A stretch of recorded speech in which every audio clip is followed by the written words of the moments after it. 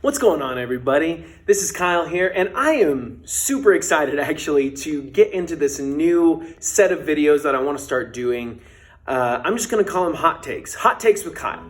And what it is I want to just tackle some of the weird things going on in our culture right now, specifically the stuff that everybody just freaks out about over Facebook and over Instagram and in the Twitter sphere, wherever you get your freak out information from. I kind of want to tackle those things and bring a little bit of biblical Christian perspective to things.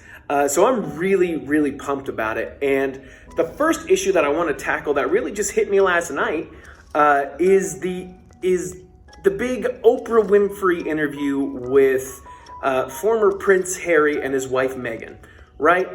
Everybody and their mother is freaking out about this interview. Some good freakouts, but a lot of bad freakouts. A lot of people just berating this interview.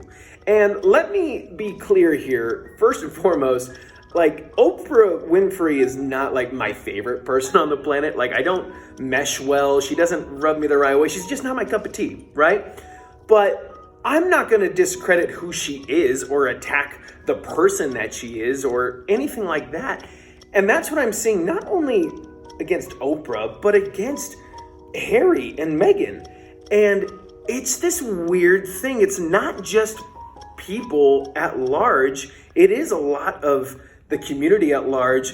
People freaking out about, why should these people be complaining? They have so much money. Oh, it must be nice to be a millionaire and still complain about your life. And look at this millionaire complaining to this billionaire about how hard life is. I see this all over the place.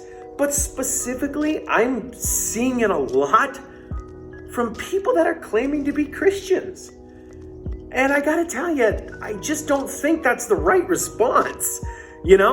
We hear the phrase all the time, money doesn't buy happiness. And usually it's something that we tell ourselves when we're in a bad spot financially and we're saying, hey, we're still happy. We might not have everything, but money doesn't buy happiness. We're happy, right?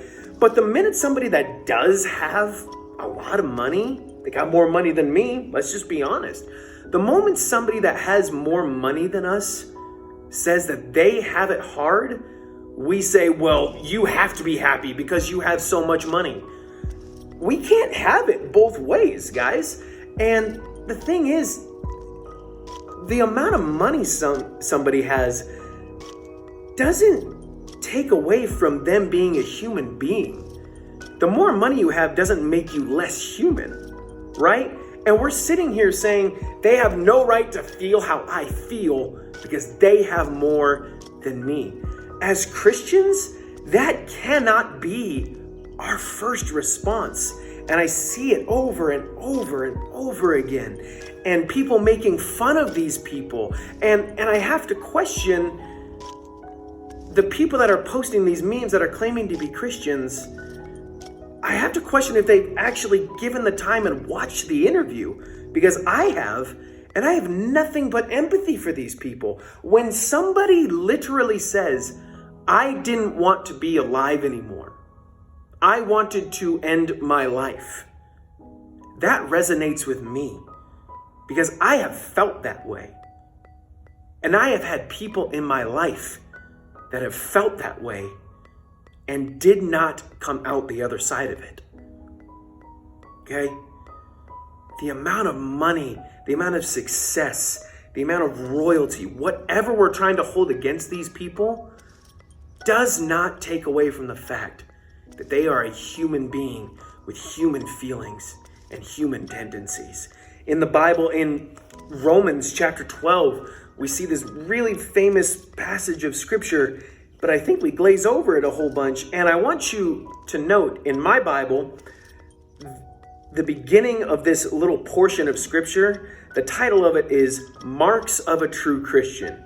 Meaning, if you're a true Christian, these things, these attitudes should mark your life. And in verse 15 of chapter 12, it says, rejoice with those who rejoice, weep with those who weep. Live in harmony with one another. Do not be haughty, but associate with the lowly. Never be wise in your own sight. Come on. It does not say weep with those who are in your social class. It does not say weep with those who have as much as you. Weep with those who have less than you. It says weep with those who weep. No matter their income, no matter their status, if somebody is in turmoil, our first response should be to wrap our arms around these people and show them Jesus, not show them our insecurity about what we feel about their money. We have to show them Jesus. That's our first and most important call in this life. Weep with those who weep. Rejoice with those who rejoice. Stop being wise in your own eyes. When I see these memes being posted, it's just saying to me, I think I know more. And we just don't. We're not as smart as we think we are, you know? And a big story, we've all heard of King David in the Bible. And we're meant to be like Jesus. Let me preface this story. We are meant to be like God. We're meant to be like Jesus. We are the hands and feet of Jesus on this planet. And in the story of David, before he becomes king, before he even kills Goliath, he is anointed king by a prophet named Samuel. And Samuel comes to David's house and he goes through all of David's older brothers. And he's having this internal dialogue with God and saying, surely this is the one. Look at his stature. Look how strong he is. Look how well put together these men are. Surely he is the one. And every time God says, it's not the one. He's not the one. And he finally tells Samuel, stop looking at the outward appearance because God looks at the heart. And we apply this verse to David saying, yeah, God saw his heart and how he was meant to be king and he had a heart after God's. But we have to apply it on the other end of the spectrum. We look at these people and we see how much money they have. Jesus looks at these people and sees their heart and sees how much pain they have, sees how much of the world is on their shoulders, and he's weeping with those who weep because they are his children, just like me and just like you. It is not us versus them. It's just us.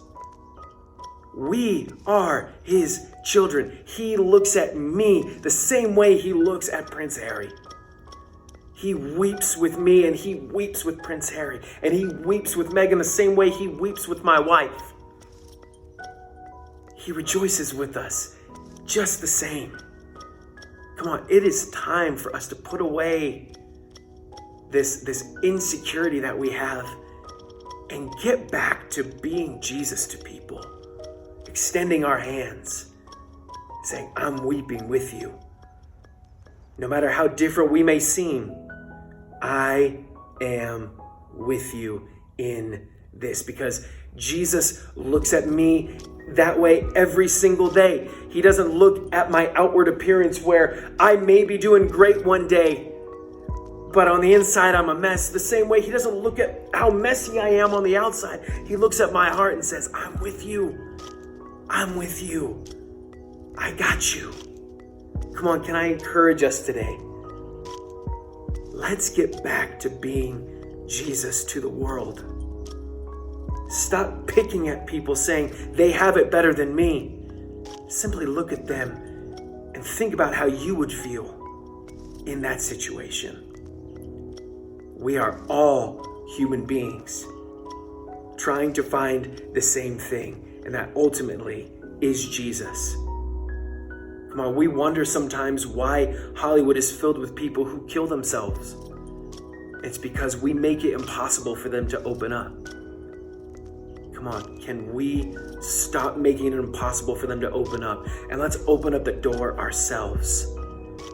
Not see the outside, but see the heart of people. Because that is the heart of God. I hope this encourages you today. I hope it makes you look inward the way it made me look inward. And I hope it blesses you. We'll talk soon. Thank you guys so much for listening.